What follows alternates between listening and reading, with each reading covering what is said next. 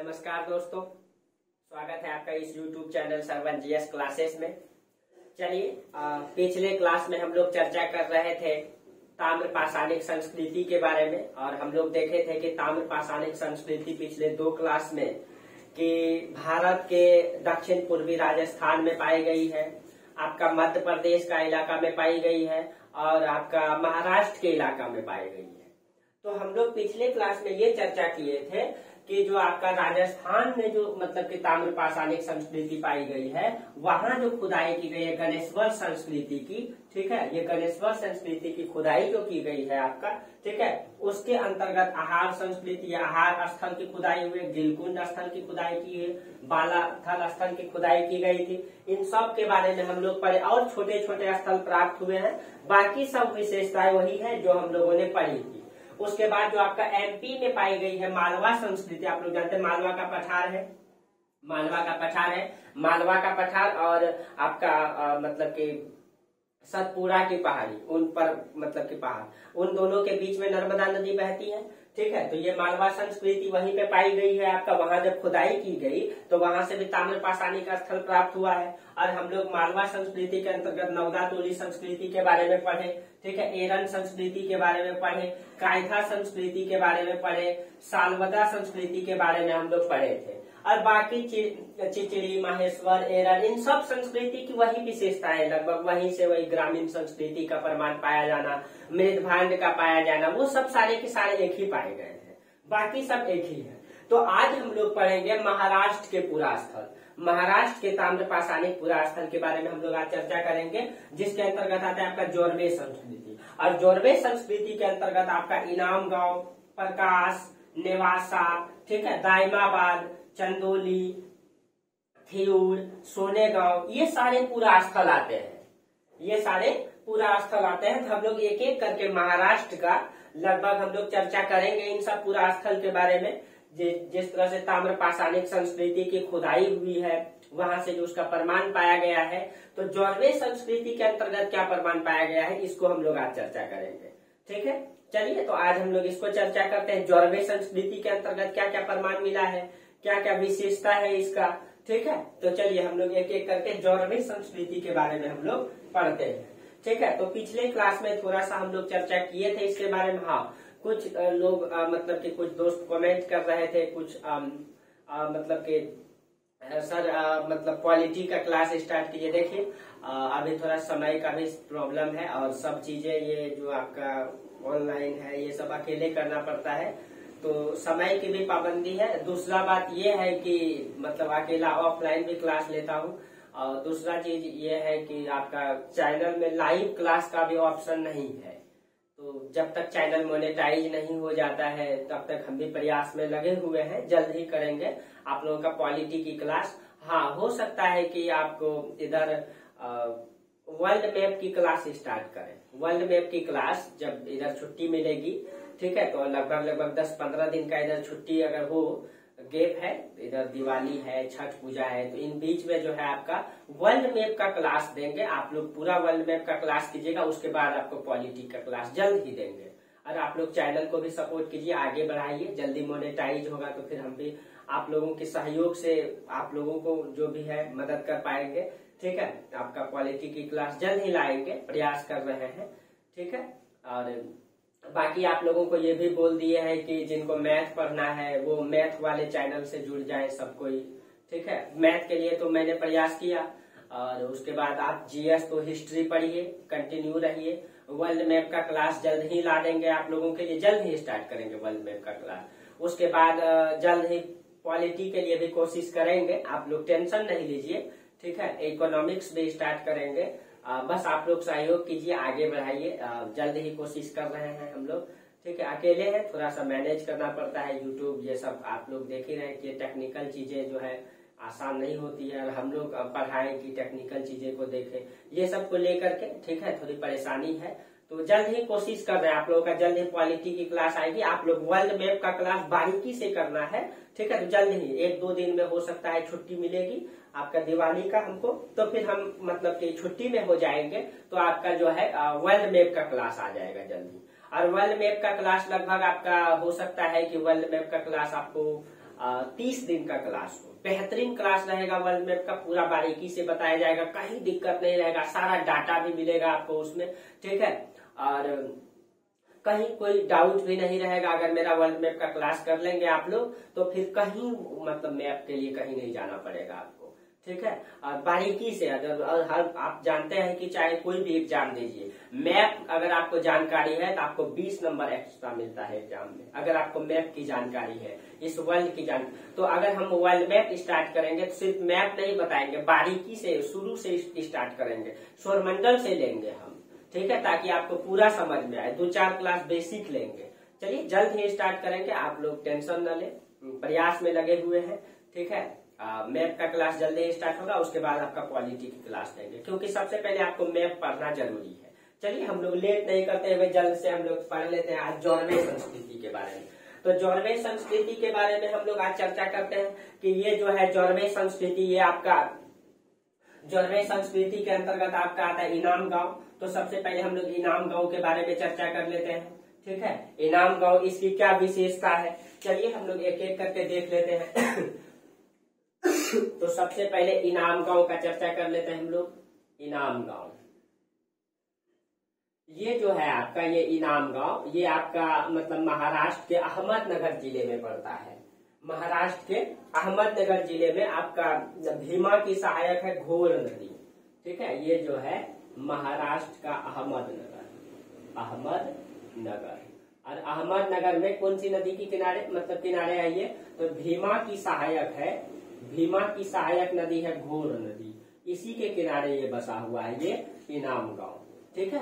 ये इनाम गांव वहां बसा हुआ है, वहीं से पूरा स्थल की खुदाई की गई है, ठीक है। और इसका जो खोज किया गया वो MS घवलीकर के द्वारा, HD संकालिया के द्वारा और अंसारी के द्वारा। तो कल भी इसका थोड़ा सा चर्चा किए थे कि HD संकालिया महोदय भी इसमें थे। HD संकालिया जो बहुत बड़े इतिहासकार माने जाते हैं, ठीक है। HD संकालिया, अंसारी महोदय है, अंसारी है, MS मतलब उसका नाम है MS घवनीकर, MS घवनीकर, ये लोग इनकी खुदाई की है। जब ये लोगों ने खुदाई किया तो उन लोगों ने देखा कि ये जो संस्कृति मतलब इनाम गांव की जो संस्कृति फैला हुआ है, ये पूरे के पूरे लगभग 20 हेक्टेयर भूमि में फैला हुआ है, 20 हेक्टेयर भूमि में फैला हुआ है। और इन लोगों ने अनुमान लगाया है कि यहाँ लगभग 4000 जनसंख्या जो है, 4000 जनसंख्या निवास करती होगी। 4000 जनसंख्या का इन लोगों ने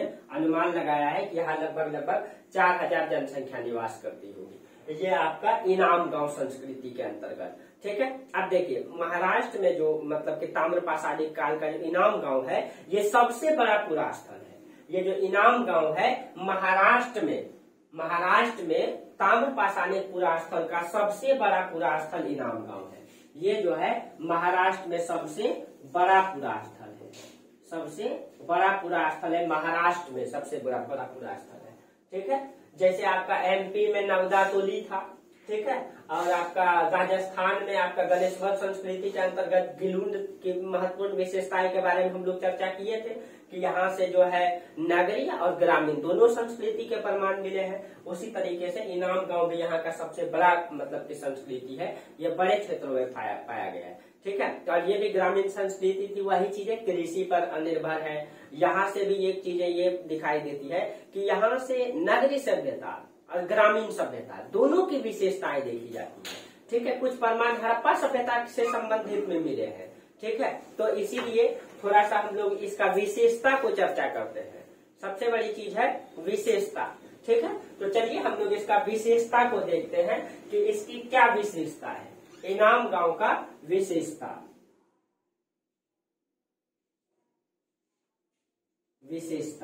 ठीक है। तो इनकी सबसे पहली विशेषता ये है कि ये तो सबसे पहले इनाम गांव का सबसे बड़ा महाराष्ट्र का सबसे बड़ा पुरा स्थल है। दूसरा ये कि यहाँ से जो है ग्रामीण और नगरीय, यहाँ से ग्रामीण और नगरीय दोनों संस्कृति के प्रमाण मिले हैं। यहाँ से ग्रामीण भी प्लस नगरीय संस्कृति के भी प्रमाण मिले हैं। कैसे नगरीय संस्कृति के प्रमाण मिले, क्या प्रमाण मिले हैं यहाँ से नगरीय संस्कृति के? देखिए यहाँ के जो भवन है, ठीक है, वो आयताकार है, लेकिन मतलब भवन का जो छत है वो त्रिकोण पाया गया है। ठीक है, तो एक तो ये कि यहाँ पे ग्रामीण संस्कृति और नगरीय संस्कृति दोनों का प्रमाण मिला, इन दोनों की विशेषताओं को देखेंगे। ठीक है, लेकिन यहाँ का जो भवन निर्माण है, ये भवन निर्माण है, ये भवन निर्माण को आयताकार है, भवन का निर्माण जो है ये आयताकार है, लेकिन इसका जो छत है वो त्रिकोण बना हुआ है। आप समझ रहे होंगे, जैसे कि हम लोग खपड़ा का जब घर बनता था तो उसमें भी जो कुछ डिजाइन से इस दो साइड से होता ही है, प्लस में इधर से भी और इधर से भी, इस तरीके से आप लोग देखे होंगे कि त्रिकोण टाइप का जो वो दे दिया जाता है। तो इसका छत जो है, ठीक है, भवन तो आयताकार है, लेकिन इसका जो छत है, भवन का जो छत है वो त्रिकोण है, वो जो है त्रिकोण है। ठीक है, इसका ये ध्यान में रखना है क्योंकि यहाँ की ये विशेषताएं है। ठीक है, और यहाँ का जो समाधान प्रक्रिया है काफी अलग दिखाई देता है। यहाँ का जो समाधान प्रक्रिया है वो काफी भिन्न है। तो समाधान प्रक्रिया मतलब दफनाने की जो परंपरा है, जो मतलब कि इसमें काफी भिन्नता दिखाई देती है। तो समाधान प्रक्रिया में क्या भिन्नता दिखाई देती है, ठीक है, इसको देख लेते हैं हम लोग।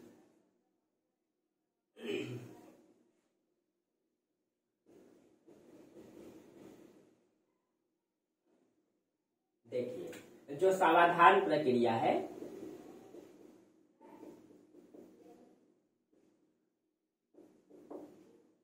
ये काफी भिन्न दिखाई देता है। भिन्न ये है जैसे कि मतलब वहां जो पुरुष को दफनाया गया है उसका प्रमाण मिला है वहां से कि वहां जब पुरुष को दफनाया गया है, जो वयस्क व्यक्ति है, जो मतलब अधिक उम्र के व्यक्ति है, उनको जो दफनाया गया है उनका दोनों पैर को काट करके और इस तरीके से मोड़ दिया गया है जैसे कि मतलब गर्भ में बच्चा किस तरह से मतलब इस तरह से मुड़ा हुआ रहता है, उसी तरीके से मतलब कि वयस्क व्यक्ति का पैर को, दोनों पैर को काट करके और उसका जो बचा हुआ हिस्सा है हाथ को इस तरीके से मोड़ करके और पैर को भी मोड़ करके और उसको उसी में डाल दिया गया है। ठीक है, तो यहाँ पे जो समाधान प्रक्रिया काफी भिन्न दिखाई देता है, काफी भिन्न दिखाई देता है कि जो वयस्क व्यक्ति है, वयस्क, और ये वयस्क में दिखाई देता है, वयस्क व्यक्ति का, ठीक है, पैर काट करके, पैर काट कर उसको दफनाने का प्रमाण मिलता है, काट कर दफनाया गया है, दफनाया गया है। ये यहाँ की मतलब समाधान प्रक्रिया का अलग विशेषता दिखाई देता है कि जो पैर है उसको काट करके दफनाया गया और उसको इस तरह से मोड़ के बैठाया गया है जैसे एक बच्चा अपने माँ के गर्भ में रहता है, उस तरीके से है। और उसके बाद जो है जो बच्चों का समाधान है, ठीक है, तो इसको ये भी ध्यान रखना, इसको जो दफनाया गया वो उत्तर दक्षिण है, यानी कि उत्तर तरफ मतलब सर को रखा है और दक्षिण तरफ पैर है उसका, उत्तर दक्षिण है। ठीक है, सामान्य रूप से पूरा पश्चिम दिखाई देता है, लेकिन यहाँ के लगभग पूरा स्थल में उत्तर दक्षिण दिखाई देते हैं। ठीक है, चलिए उसके बाद जब यहाँ पे बच्चों को जो दफनाया गया है, बच्चों को दफनाने के लिए यहाँ पे कुछ अलग अंत्येष्टि प्रक्रिया को अपनाया है। ठीक है, ये तो आपका वयस्क के लिए है, जो बच्चों को दफनाया गया है यहाँ पे बच्चों के लिए कुछ अलग है, उसको अंत्येष्टि प्रक्रिया कहते हैं, अंत्येष्टि प्रक्रिया कहते हैं। इसका मतलब यह है पहले क्या किया गया है, बच्चों का पहले दाह संस्कार किया गया है। ठीक है, अभी ये हमारे समाज में भी ये परंपरा चलती है। ठीक है, हालांकि बच्चों में मतलब हम लोगों में नहीं होता है कि मतलब ये हम लोग जानते हैं हमारा जो समाज है वो बच्चों को सिर्फ दफना देता है, उनका दाह संस्कार नहीं होता है वर्तमान में। ठीक है, अगर कम उम्र के लोग अगर मतलब चाहे बच्चा हो मतलब वयस्क नहीं हो वो, तो उनका भी अगर मृत्यु होती है तो हमारे समाज में क्या परंपरा है कि उनको मतलब कि कब्र गाड़ के यानी कि गड्ढा करके दफना दिया जाता है वर्तमान में। लेकिन यहाँ जो दिखाई देता है, यहाँ बच्चों का पहले अंत्येष्टि यानी कि पहले इसको जो है दाह संस्कार किया गया, इसका दाह संस्कार किया गया, और ये दाह संस्कार के बाद जो मतलब वो अवशेष बच गया है उस अवशेष को एक मतलब वो घड़ा में डाल करके, ठीक है, घड़ा में डाल करके दफनाया गया है। ठीक है, पहले दाह संस्कार किया गया, फिर उसको दफनाया गया है, फिर उसको दफनाया गया है। ठीक है, यानी कि इसी को अंत्येष्टि प्रक्रिया कहते हैं। यानी बच्चों के लिए अलग प्रावधान किया गया है, वयस्क के लिए अलग प्रावधान किया गया है। ये यहाँ का विशेषता दिखाई देती है समाधान प्रक्रिया में। ये कुछ अजीब सी लगती है कि ऐसा उन लोगों ने क्यों किया होगा कि मतलब मनुष्य का पैर को काट करके वो लोग ऐसा क्यों करता होगा।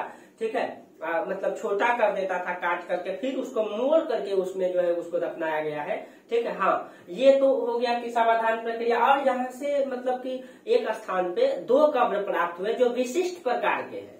ठीक है, एक स्थान पे 2 कब्र प्राप्त हुए हैं, 2 कब्र प्राप्त हुए हैं जो आपका विशिष्ट है, 2 कब्र जो है विशिष्ट प्रकार के पाए गए हैं। इसमें क्या किया गया है, जो आपका घड़ा होता है, उस घड़े में वो जो घड़ा है मतलब कि उसमें 4 गोले वाले, 4 गोल मतलब कि जैसे कि ये घड़ा है, घड़ा को मतलब जैसे कि ये मान लीजिए ये घड़ा है, ये आपका घड़ा है, ठीक है। तो घड़ा तो डायरेक्ट मिट्टी में खड़ा नहीं होती है, वो घुलट जाती है। इसको जो है रखने के लिए, ठीक है, वो 4 गोला बनाया गया है। इसमें आप समझ सकते हैं कि किस तरह से 4 गोला बनाया गया होगा, ठीक है। इस तरह से 4 गोला बनाया गया है, उसको मतलब कि बैठाने के लिए 4 गोला बनाया गया है। और उसमें क्या किया गया है कि मतलब उसमें जो है यहाँ मतलब मेरे भांड में जो है उसको मतलब कि हाँ मतलब कि वो जो 2 कब्र पाए गए हैं उसमें इस मतलब कि ऐसे 4 गोले वाले मेरे भांड को रख दिया गया है। और उसमें जो है 2 पुरुष के मतलब अलग अलग है दोनों, 2 पुरुष के, ठीक है, 2 पुरुष को उस तरह से छोटा करके मोड़ दिया गया, उसको काट दिया गया उसका पैर को, और उसके बाद उसमें डाल करके फिर उसको दफनाया गया। उसको उसी तरह मोड़ा गया, एकदम बच्चे की तरह, जिस तरह से माँ के गर्भ में बच्चा होता है उस तरीके से उसको मोड़ करके रखा गया है। और ये विशिष्ट प्रकार का दिखाई दे रहा है, कहीं कहीं ये अलग है, ठीक है। तो मतलब इतिहासकार का मानना होगा ये कोई समृद्ध व्यक्ति होगा या नायक होगा ये, ठीक है, या मुखिया रहा होगा ये, ठीक है, ये मुखिया रहा होगा या फिर कोई समृद्ध व्यक्ति रहा होगा समाज का। इसीलिए उसके साथ जो विशेष प्रक्रिया अपनाया उसको जो है मृत भांड में डाल करके 4 गोले वाले उसमें उसको दफनाया गया है। ये यहाँ पे जो मतलब की सावधान प्रक्रिया है उसमें कुछ खास विशेषताएं दिखाई देती है। या इनाम गांव का जो महाराष्ट्र में है आपका इनाम गांव, इसमें आपको खास विशेषताएं दिखाई देती है। एक सेकेंड, चलिए, तो यहाँ पे जो है इसका खास विशेषताएं दिखाई देती है। चलिए उसके बाद यहाँ पे और क्या, ये तो आपका सावधान प्रक्रिया हो गया, सावधान प्रक्रिया। उसके बाद देखिए और यहाँ से क्या क्या इनाम गांव से प्रमाण पाए गए हैं, ठीक है। आप लोग इसको नोट कीजिएगा, ठीक है, आप लोगों को नोट्स भी मिलेगा, लेकिन आप लोग इसको नोट करते चलिएगा तो अच्छा रहेगा।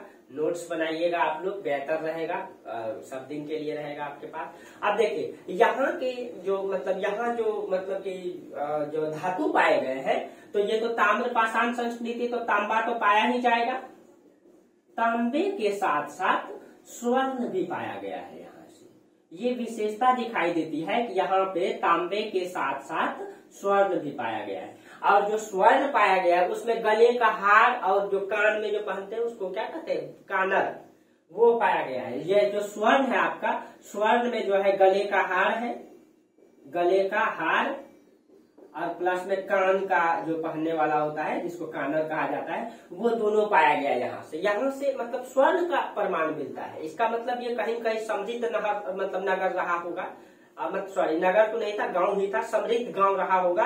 और कहीं कहीं इसमें थोड़ी हल्की सी जो है, हल्की सी आधा जो है कि आपका नगर का भी क्या कहते हैं विशेषताएं दिखाई देता है, नगर का भी विशेषताएं दिखाई देता है, कुछ गांव का भी विशेषता दिखाई देता है, ठीक है। तो ये यहाँ से प्रमाण मिलता है। स्वर्ण आभूषण भी, यानी कि आभूषण का मतलब वही पहनने के लिए, ठीक है। और यहाँ पे जो है अंडाकार द्वीप, टोटीदार मृद भांड, ठीक है, इसको अलंकृत किया गया। यहाँ से एक गोटीदार कटोरा, ये सब चीजें पाया गया है। जैसे अंडाकार दीप पाया गया, जो दीप जलाने वाला होता है, ठीक है, वो अंडाकार दीप पाया गया है, अंडाकार दीप। टोटीदार मृद भांड, टोटीदार मृद भांड पाया गया है, मृद भांड पाया गया। मतलब टोटीदार मृद भांड का मतलब ये उसमें टोटी लगा हुआ है, आप समझ सकते हैं। तो प्रयास करते हैं बनाने के लिए। देखिए इस तरह से जैसे कि आपका घड़ा होता है, ठीक है, इसमें इस तरह से टोटी लगा हुआ है, इस तरह से आपका टोटी लगा हुआ है, ठीक है। और इस तरह से आपका घड़ा होता है, इस तरह से आपका घड़ा। तो इसमें यह है कि इसमें टोटी लगा हुआ है। आप समझ गए होंगे कि इस तरह से मतलब कि किस तरह मैं सोच रहा हूँ, आप इमेजिन कर सकते हैं कि टोटीदार पाया गया है ये।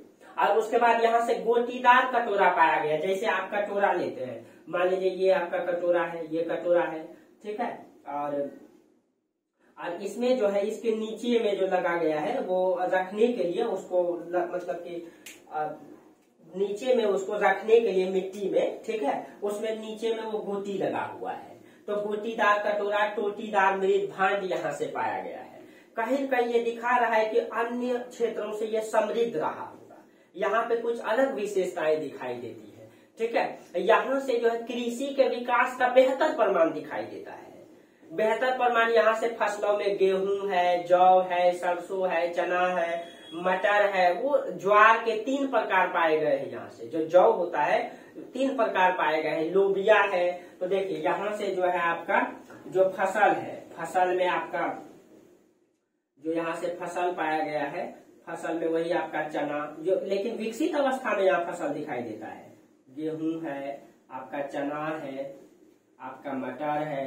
ज्वार का 3 प्रजाति पाया गया है। ज्वार का जो है 3 प्रजाति पाया गया है यहाँ से, ठीक है, 3 प्रजाति पाया गया है। इसके अलावा यहाँ से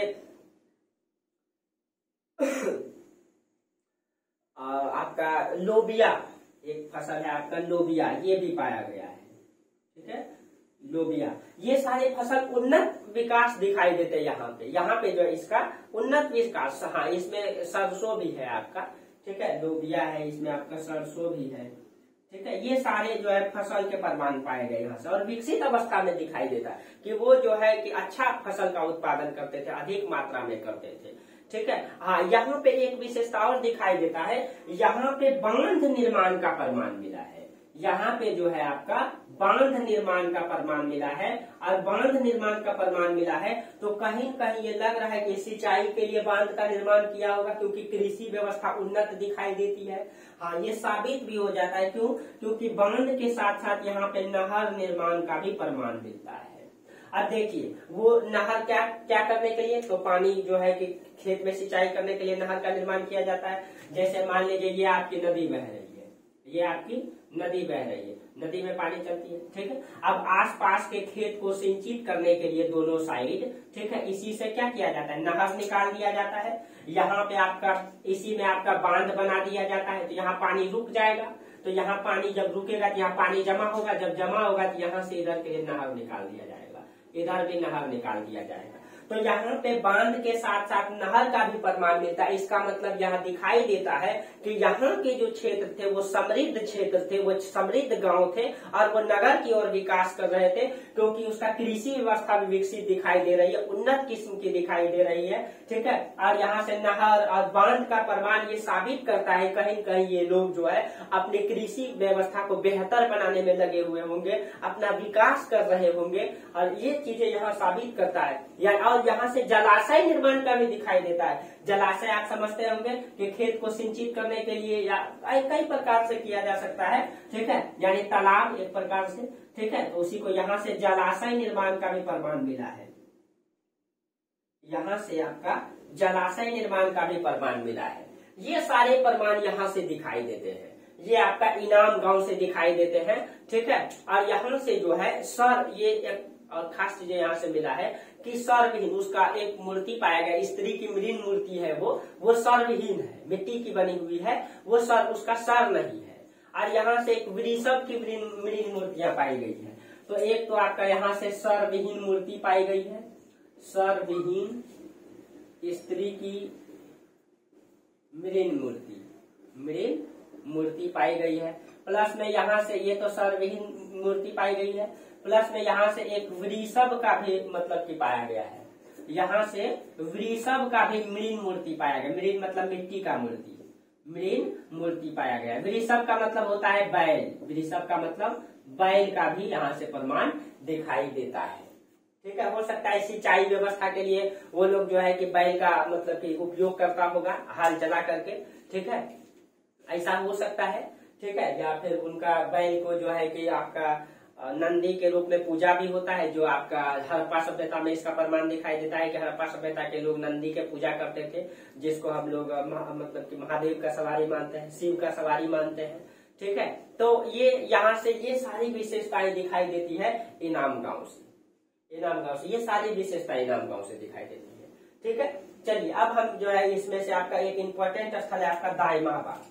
दाइमाबाद का चर्चा कर लेते हैं। दाइमाबाद से क्या क्या संस्कृति पाई गई है, यहाँ से क्या क्या विशेषताएं दिखाई देती है, ठीक है। चलिए तो हम लोग देखते हैं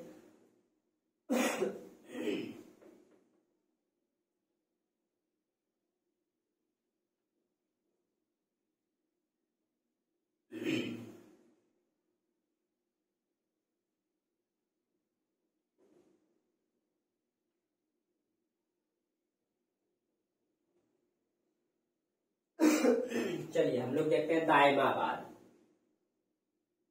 दायमाबाद, आप लोग दायमाबाद का नाम भी सुने होंगे। ये हड़प्पा सभ्यता का सबसे दक्षिणी पुरा स्थल है जो महाराष्ट्र में पड़ता है। ठीक है, हालांकि भगत राव भी आता है, लेकिन ये दायमाबाद। ठीक है,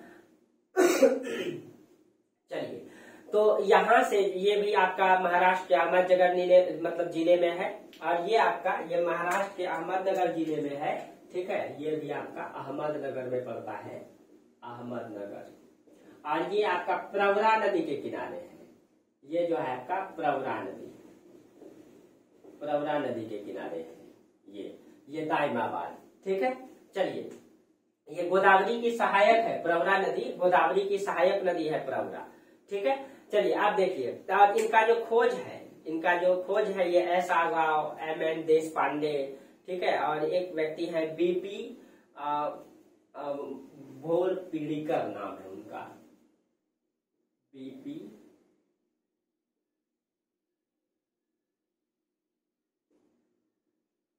भोपड़ीकर, ये B.P. भोपड़ीकर। ठीक, ये है। उसके बाद आपका S.R. राव, M.N. देशपांडे। इसके अलावा इनका तो खोज कर किए हैं, ये इन्होंने इसका खोज किए हैं। ठीक है, ये आपका खोज करता है। ठीक है, और इसके अलावा जो यहाँ खुदाई का काम किए हैं वो आपका M.N. देशपांडे ने भी किए हैं, देशपांडे। ठीक है, M.N. देशपांडे, S.R. राव, इसके अलावा आपका S.R. राव, इन लोगों ने यहाँ पे खुदाई करवाए हैं। ठीक है, इनका खोज तो किए हैं B.P. भोपड़ीकर। ये B.P. भोपड़ीकर इनका खोज करता है, और इसके अलावा यहाँ पे M.N. देशपांडे, S.R. राव ने भी यहाँ खुदाई कार्य किए हैं। ठीक है, और यहाँ से जो है मतलब कि एक बैलगाड़ी का जो है चित्रकारी का प्रमाण मिला है। मतलब कि उसमें क्या किया गया है, एक बैलगाड़ी में मतलब कि बैलगाड़ी में जो है 2 चक्के का चित्रकारी किया गया है। बैलगाड़ी को जो दर्शाया गया है उसमें मतलब 2 चक्का मिला है, उसके साथ उसका सारथी मिला है, और एक कुत्ता को दर्शाया गया है उसमें चित्रकारी में। ठीक है, तो बैलगाड़ी का चित्रकारी में यहाँ से, ठीक है, बैलगाड़ी का चित्रकारी में, ठीक है, चित्रकारी किया गया है। बैलगाड़ी का चित्रकारी में 2 पहिए को बैलगाड़ी का दिखाया गया, प्लस में इसका सारथी को दिखाया गया है, प्लस में एक कुत्ता को दिखाया गया है। तो हो सकता है कि ये बैलगाड़ी एक किसान का रहा होगा, किसान कुत्ता पालता है, उसको दर्शाया गया होगा। ये चित्रकारी का प्रमाण मिलता है यहाँ से। ठीक है, जिसमें 2 पहिए हैं और इस पर सारथी और साथ में एक कुत्ता को दिखाया गया यहाँ से। ठीक है, अब देखिए दायमाबाद की खुदाई जो है क्षैतिज हुई है। आपको चर्चा किए थे कि खुदाई 2 प्रकार से होती है, एक होता है आपका क्षैतिज और एक होता है आपका लंबवत। भारत में जितने स्थल की खुदाई हुई है वो लंबवत हुई है। लंबवत का मतलब किसी स्थान में, मान लीजिए कि हड़प्पा सभ्यता के बारे में मुझे जानना है तो यहाँ पे लंबवत खुदाई करेंगे यहाँ पे।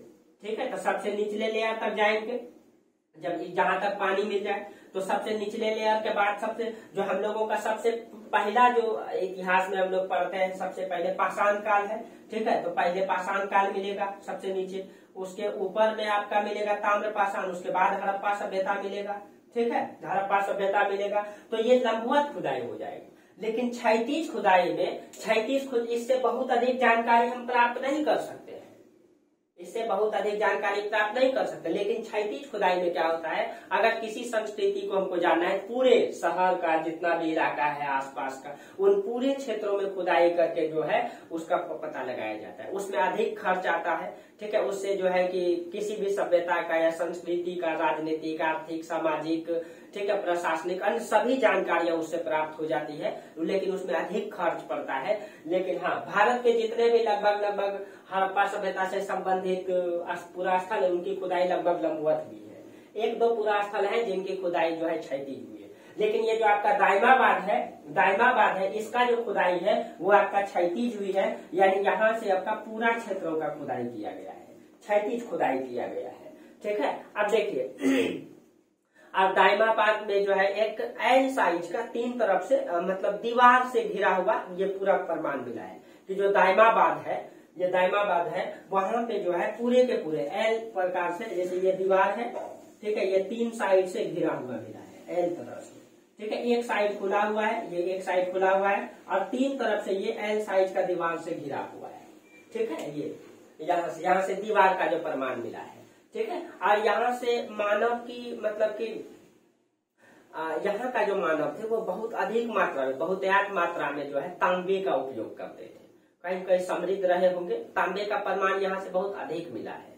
ठीक है, यहाँ से जो है आपका तांबे का प्रमाण बहुत अधिक मिला है, तो यहाँ के लोग तांबे का उपयोग अधिक करते होंगे। ठीक है, उसके बाद यहाँ से तांबे की मतलब की भट्टी भी मिला है। भट्टी मतलब तांबे प्रगलन की प्रक्रिया यहाँ से भी दिखाई देती, तांबे गलाने का प्रमाण जो है यहाँ से दिखाई देता है। ठीक है, यानी कि तांबा की भट्टी भी मिली है, यानी तांबा गलाने का भी प्रमाण यहाँ से मिला है। तांबा गलाने के लिए जो है कि उससे कई प्रकार की धातु बनाई जाती होगी, औजार बनाया जाता होगा, मतलब कि आभूषण बनाया जाता होगा, इसलिए वहां से भट्टी भी पाई गई है। ठीक है, और ये भी एक ग्रामीण संस्कृति थी, यहाँ के भी लोग कृषि और पशुपालन पे निर्भर थी। ठीक है, और यहाँ से भी जो कृषि के प्रमाण मिले हैं वो आपका गेहूं है, चावल है, यहाँ से भी ज्वार के 3 प्रकार पाए गए हैं। ठीक है, चावल है 3 प्रकार के पाए गए हैं ज्वार। ठीक है, और यहाँ से जो है कुल्थी, लोबिया आदि ये सब अनाज पाए गए हैं। ठीक है, वही सब अनाज पाए गए यहाँ से भी, तो अनाज में आप लोग लिख लेंगे। ठीक है, कुल्थी है, लोबिया है, चना है, जौ है, चावल है, ये सब चीजें यहाँ से पाई गई है। ठीक है, यहाँ से पाई गई है। चलिए, तो ये आपका हो जाएगा यहाँ से। ठीक है, दायमाबाद का यहाँ पे जो सावधान प्रक्रिया है, चलिए यहाँ पे जो आपका सावधान प्रक्रिया है उसमें विशेषता यहाँ भी दिखाई देती है। ठीक है, यहाँ का सावधान प्रक्रिया कुछ अलग है, यानी दफनाने की जो यहाँ की परंपरा है यहाँ भी अलग दिखाई देती है। ठीक है, तो यहाँ पे दफनाने की परंपरा क्या है,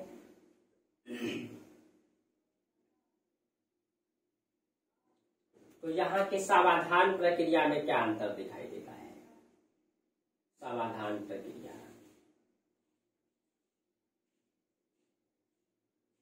ये जो आपका सावधान, यहाँ पे मतलब कि 3 तरीके से सावधान प्रक्रिया का प्रमाण मिलता है। एक तो प्रतीकात्मक है, उसके बाद कब्र में मतलब कि गड्ढे करके कब्र मतलब कि कब्र में डालने का प्रमाण है, प्लस में कलश सावधान का प्रमाण मिला है। ठीक है, तो यहाँ से जो सावधान प्रक्रिया है वो 3 प्रकार से दिखाई देता है।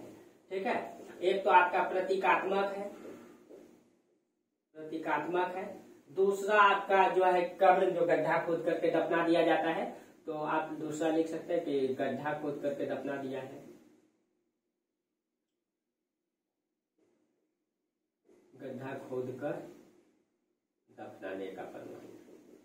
और तीसरा आपका है कलश समाधान, यानी कि उसको जो है मृत भांड में रख करके, मिट्टी का घड़ा में रख करके फिर दफनाया गया, तो कलश समाधान।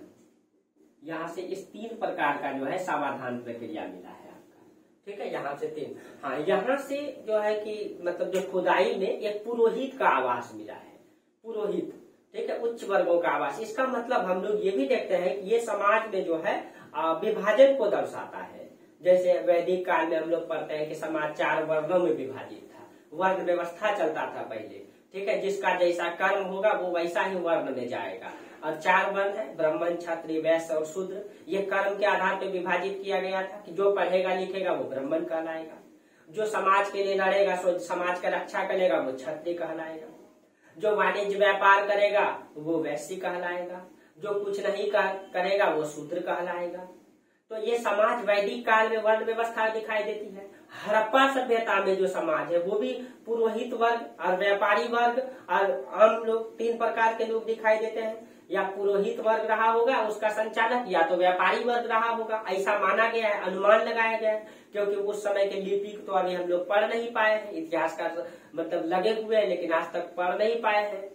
तो ऐसा अनुमान है कि वहां का जो संचालन होता था वो या तो पुरोहित वर्ग करते होंगे या तो व्यापारी वर्ग करते होंगे हड़प्पा सभ्यता का। ठीक है, तो वहां पे व्यापारी वर्ग रहे होंगे या पुरोहित वर्ग, उसके बाद आम जनता रहे होंगे, आम जन रहे होंगे। तो यहाँ भी जो है पुरोहित का मतलब कि प्रमाण मिलना ये दर्शाता है कि कहीं न कहीं ये हड़प्पा सभ्यता से जुड़ा हुआ होगा, क्योंकि इसी का समकालीन भी आपका हड़प्पा सभ्यता है अब ना। तो यहाँ से जो है पुरोहित का आवास मिला है। ठीक है, तो सबसे यहाँ ध्यान रखना है, यहाँ पे पुरोहित का आवास मिला है, पुरोहित का आवास, पुरोहित का आवास का प्रमाण मिला है। यहाँ से आपका शिल्प व्यवसायी का आवास का प्रमाण मिला है, शिल्प व्यवसायी का आवास का प्रमाण मिला है।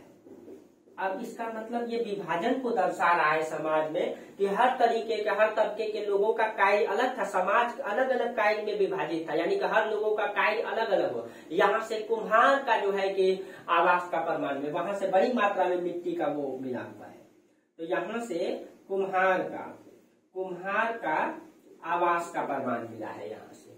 उसके बाद यहाँ से मतलब एक चीज यहाँ विशेष दिखाई देती है, यहाँ से बूचड़ खाने का प्रमाण मिला है, यानी जिसको कसाई खाना कहते हैं, जहाँ पे खस्सी बकरी को काटा जाता है, तो यहाँ वहां पे बड़ी मात्रा में हड्डी मिली है। ठीक है, वहां यहाँ से बूचड़ खाने का प्रमाण मिला है यहाँ से। ठीक है, जहाँ पे मतलब कसाई लोग जो खस्सी बकरी जहाँ काटा जाता है वहां मार्केट लगता है, वहां उस प्रकार का मिला है। तो समाज में ऐसा व्यवस्था रहा होगा, आज भी हमारे समाज में दिखाई देती है। ठीक है, यहाँ से जो है कुछ हाथी, गेंडा और भैंसा की कांस्य की मूर्ति पाई गई है, कांसा की मूर्ति पाई गई है। इसका मतलब ये है कि कहीं न कहीं यहाँ पे, ठीक है, यहाँ पे भैंसा का, गेंडा का और प्लस में हाथी का, इन तीनों का जो है कांस की मूर्ति बनी हुई है, यानी कि कांसा की मूर्ति बनी हुई है। और हम लोग जानते हैं कि कांस्य काल हम लोग सिंधु सभ्यता को कहते हैं, सिंधु सभ्यता को कहते हैं, क्योंकि सिंधु घाटी के लोगों ने तांबा में 3 मिलाकर के कांसा का इस्तेमाल किया था। इसका मतलब ये जो आपका दायमाबाद है सिंधु सभ्यता का स्थल भी रहा है और ताम्रपाषाण का भी रहा है। इसका मतलब यही है कि यहाँ से कांस्य का ये मूर्ति पाया जाना ये दर्शाता है कि कहीं न कहीं ये जो क्षेत्र रहा होगा, ये दोनों का संक्रमण क्षेत्र रहा होगा। यहाँ पे जो है मतलब सिंधु सभ्यता से भी ये क्षेत्र जुड़ा रहा होगा।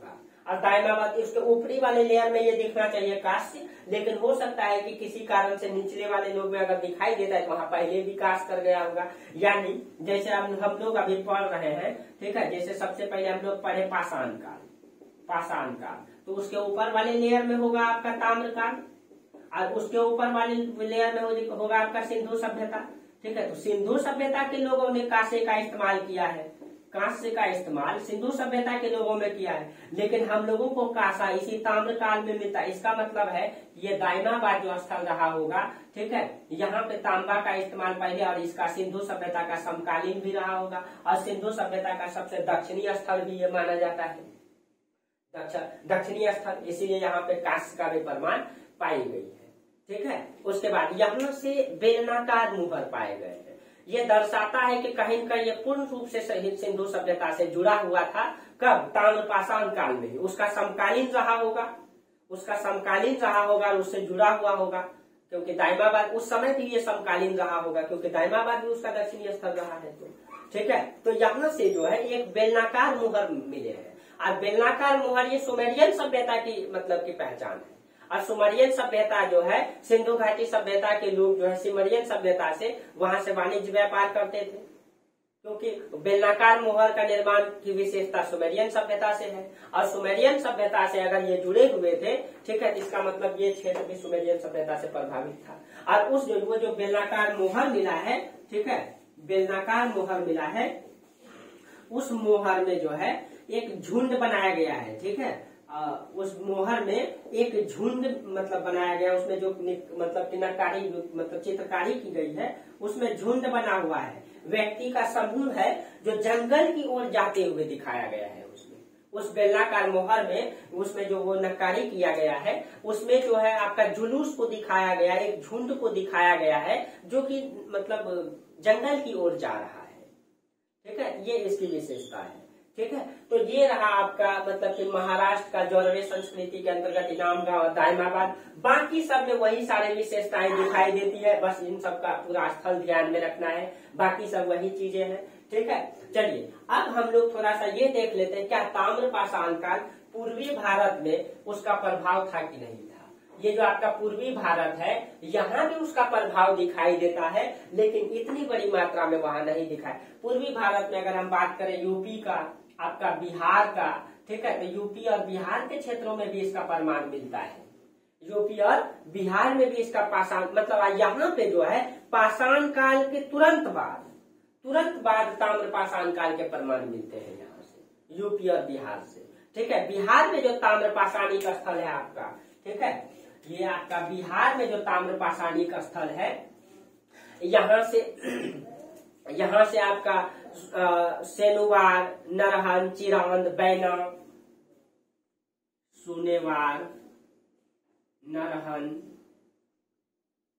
सुनार, बैना, यहाँ से आपका भूडाडी, यहाँ से आपका चिरांद, ठीक है, ये आपका बिहार के पूरा स्थल है जो ताम्रपाषाणिक भी है। ठीक है, चिरांद भी है आपका। ठीक है, इमली डी खुर्द, यहाँ से है आपका इमली डी खुर्द, ये सारे पूरा स्थल आपका बिहार के हैं। ये सारे पूरा स्थल बिहार के हैं आपका, जो ताम्रपाषाणिक है। ये सारे के सारे ताम्रपाषाणिक है, ठीक है। और यूपी में जो आपका पाया गया है, ठीक है, यूपी में जो है यहाँ पे आपका सहगोड़ा है, यूपी का आपका सहगोड़ा,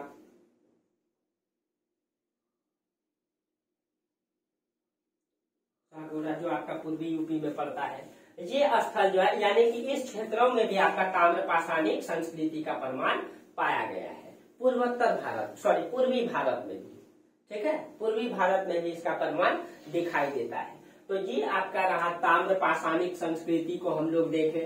ठीक है, ताम्रपाषाणिक संस्कृति ये हम लोग पूरा देख लिए। अब हम लोग अगले क्लास में देखेंगे, ताम्रपाषाण के बाद हम लोग पढ़ेंगे सिंधु घाटी की सभ्यता। ठीक है, तो सिंधु घाटी की सभ्यता को भी हम लोग डिटेल से चर्चा करेंगे। सिंधु घाटी की सभ्यता, आपका ताम्रपाषाण काल जो है ये आपका 3 क्लास हो गया आज लगा करके। आपका तीनों क्लास का पीडीएफ आज आपको टेलीग्राम में भी मिल जाएगा, और टेलीग्राम का जो लिंक है वो आपका यूट्यूब में दिया हुआ रहता है। आप लोग टेलीग्राम चैनल से जुड़ जाए, सबको पीडीएफ मिल जाएगा, और आप लोग इसका नोट्स जरूर बनाइएगा।